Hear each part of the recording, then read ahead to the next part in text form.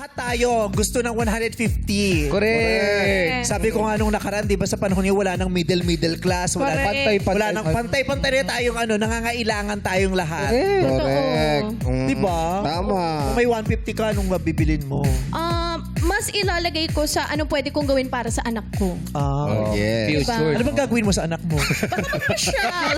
Gagawin ko siya transgender pag 18 na siya. for your daughter. Yeah, di ba? Paano, Oh. ipapasyal ko ba siya? Kasi summer eh. Di ba? Yes. Ikaw? Pangbili ng gasolina. Ay, oo. Sobrang mahal. Diba? Akala nila, ay nako, may pera yan. Alam mo, lahat tayo iniinda yung gasolina. Correct. Ang mahal ng full tank ngayon. Correct. Di na ako nagpapa-full tank. Ano na lang? Electric car pala ako.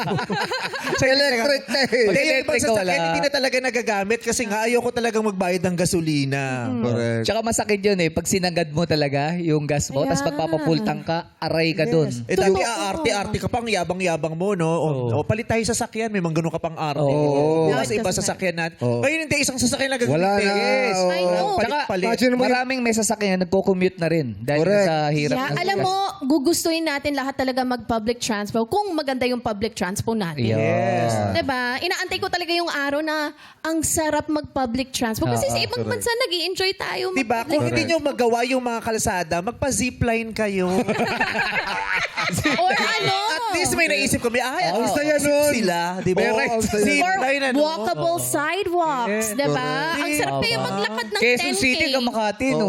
Uy, kaya yun. Magkano? Nag-zipline ka ba? Pag Ay, kaya ko mag-zipline, ano? Nakailang zipline na ako. Nag-zipline ako sa Bohol.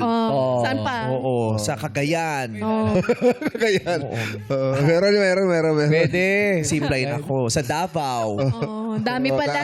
Dami mo Dami, pala, ha? ano. Yes. Hindi, palakas loob nito, ni Bred. Eh ngayon, kawawa ang mga tao ngayon sa LRT at MRT. Ay, Siksika. nako. Kala mo, Unahan, init pa. unahan. Apocalypse na nangyayari sa Yes. dami. Diyos ko, grabe. Unahan. Kawawa ang mga tao ngayon. Minsan Kawawa Totoo tayong po. lahat. Lahat tayo na-apektan to, lahat tayo kawawa. Eh, hindi Totoo po. hindi maganda yung kalidad ng buhay natin ngayon. Diba? Mahirap siya talaga. Totoo po. Tingnan mo, ito hindi na alam kung anong isusuot. Di ba? Hindi niyo, kasi kayo, wala kayong suporta. Hindi niyo ba nakita na yung sinabi ni Sir Ernie Lopez? Ano sabi mo sa'yo? Fan run. Naka-letter ka, tol! Siyempre, nasa showtime tayo. Dapat mag-aayos ka. nakakagulo. Mamaya, pagpunta ko ron, Wala ka pa mag-relax 10 minutes. tayo. Ang gulo. Lapnos na, paltos na yung paa mo.